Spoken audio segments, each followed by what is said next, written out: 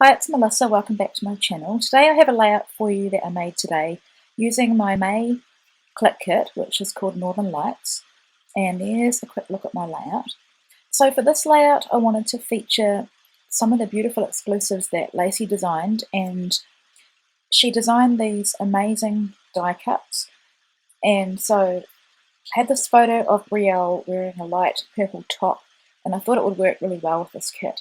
So I've pulled out the basic grey Urban Luxe 6x6 paper pad, and my favourite paper in that whole kit, a whole pad, it's that beautiful floral. And so I've just selected a dark purple and kind of a grey marbled print to go with it. Now here's a tip: if your paint dabber isn't working, if you just tip some of the paint onto it, it makes it juicy and gets it flowing. So this is a mason jar cut file that we got a few months back. It was exclusive to Clique kits and I hadn't used it.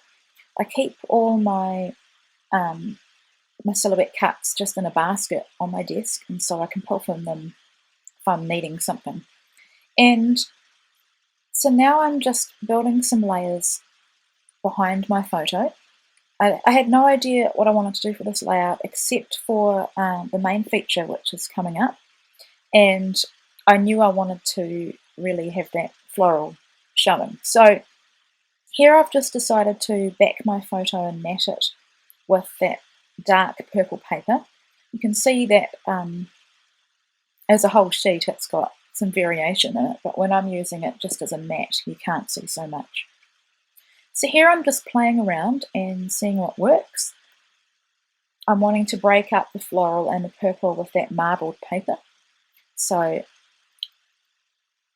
just using my trimmer to make my cuts.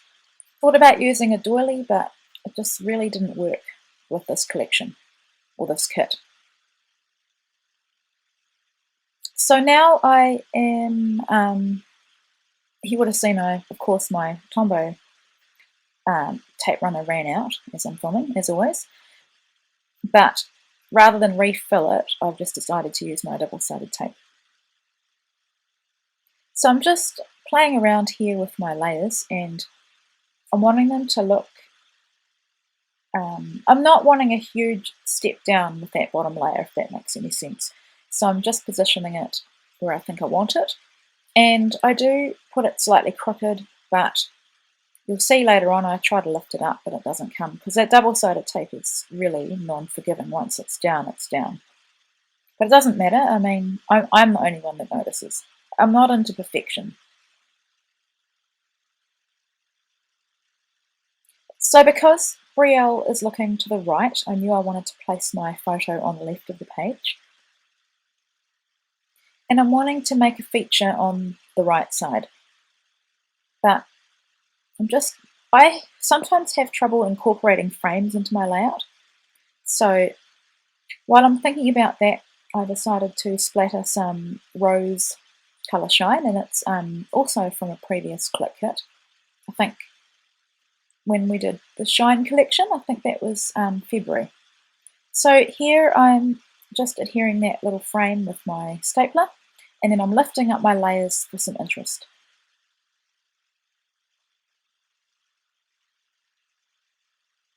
So while that's dried, you would have seen that I dabbed off the wet bits with the paper towel. I'm now adding my gold, and if you've been watching me for a while, you know that I have trouble with gold.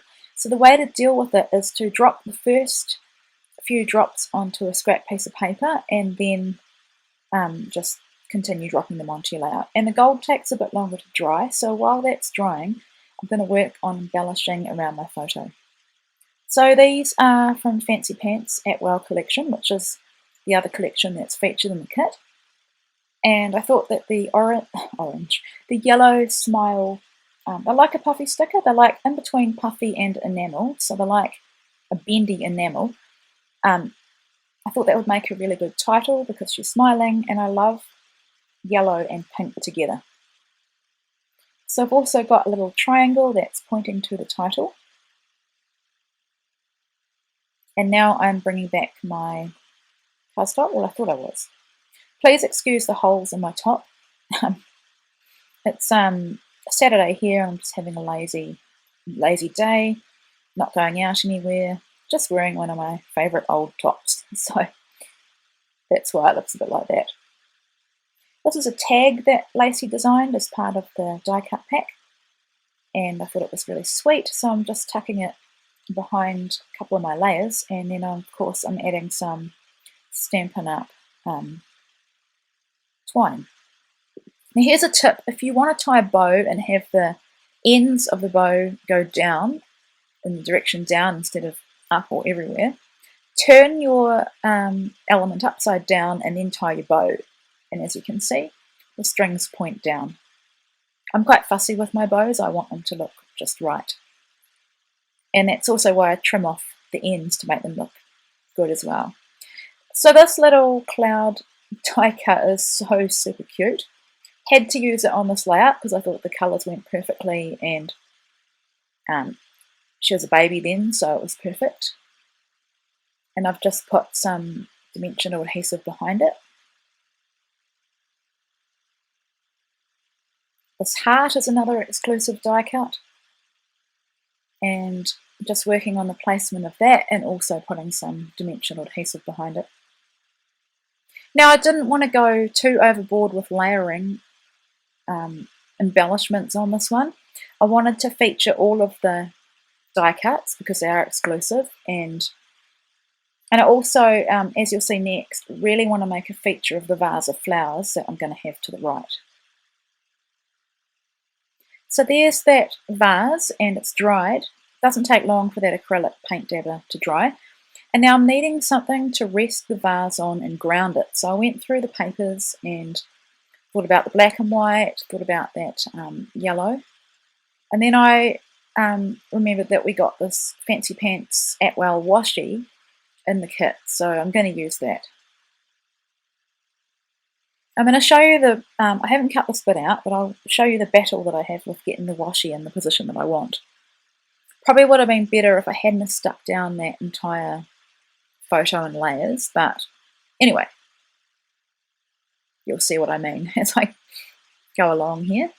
Now I did consider getting the ruler out to make sure it was straight, but I'm wanting to just go with the flow a bit more and not be so perfect. So there we go there. And then I wanted to balance it, so I'm going to put some above my top layers as well. Just tuck it behind. And I love the way that looks because it really brings out the yellow in the smile. Okay, so I've got a little dish that has all the die cuts I want to use. So I went through, and if you're going to get this kit, you'll see some are marbled looking, the flowers, and other ones are more, I don't know what the word is, clean. So I pulled all the clean looking ones out, and now I'm just arranging my flowers. And here I have a fight with my Tombow. It was clogged, oddly. So I just went back to double-sided tape. And I'm glad I did this because as I go on, I will put some on dimensional adhesive to give just a bit of variation and interest, like a real bouquet of flowers.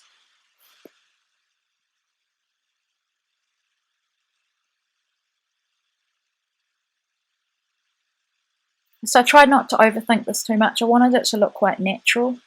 I wanted it to look like it had been, like, you know, when you get flowers and they're wrapped in gorgeous tissue paper and everything, and then you just put them in a vase. I wanted them to look like that. So I think I've achieved that quite well for me, because recreating something like this is probably something I would struggle with, but I'm happy with how it turned out. And I can see there immediately it needed that other one just to balance it. So I'm going to tuck that flower behind the white and blue one. And that big blue one was too much. So it's about knowing when to stop. So here I'm just tracing around the edge of the jar with a pencil, just so I know where it's going to be. And then my plan is to hand stitch the stems of the flowers. So I'm just roughly drawing in where the stems would be, And I'm wanting it to look quite realistic, so was a bit of a challenge, but I'm happy with how it turns out. So now I've got my paper piercer and I'm just piercing holes. I don't know what the distance is. I'm not overly concerned about getting it perfect again. And then off screen, I've stitched it. And now I've had to stitch that washi down because a machine stitch, because it was lifting a bit. And as you can see there, I've hand stitched the stems of the flowers with some green embroidery floss. So now I'm going to glue down my mason jar or my vase, and I'm just using the Tombow. I thought about using my fine line pen from Stampin' Up, but the glue is quite liquid, and I decided that Tombow was going to work better over the embroidery. So I'd rubbed out all my lines at this point and just glued it on, and I'm really happy with how cute that looks. Just using a bit of scrap paper cardstock just to remove some of the glue, a little bit of overflow. And of course straightening up my ribbon, my twine, because I like my bows to look perfect, I guess. Now I wanted to back this layout. I thought it needed something to contain the eye. So I'm just going through the papers in the kit and trying to select the one that will go best. And so it was between this purple pinky coloured marbled one, the yellow chevron, I guess it's a chevron, and the yellow diagonal stripe. Now I like this one as well, but I love the variation and unevenness in that yellow and white chevron. And this one is from the Atwell collection. So now I'm gutting out the middle, and I do have the 6x6 paper pad, but I love the larger pattern, and I don't like to waste anything. And trimming down my layout, I did take a bit more off than what I'm going to show you, but I'm not going to show you the whole process because it isn't really that exciting. And I know that I'm going to stitch it down, so I'm just using my other tape roller, my cheap one, and just positioning the layout. And then I, off camera, will take it to my sewing machine at the very end and stitch around it. So now I'm adding my journaling, and this photo was taken in Christchurch. We went for a family holiday, and I'm just saying how she loved playing in the holiday home we rented. And now I've got these enamel puffy stickers back out, and I found a star that's yellow that says hello.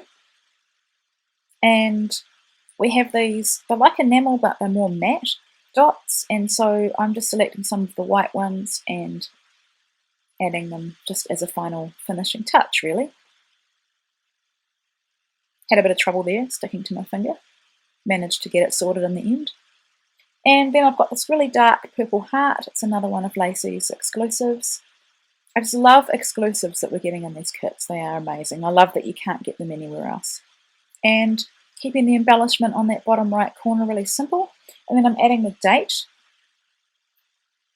And my final touch is to add a bit more of that rose, or maybe it's hot pink, colour shine, and that's my final layout. So I hope you enjoyed watching my process.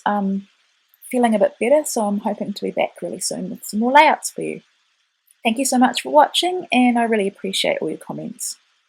Have a great weekend.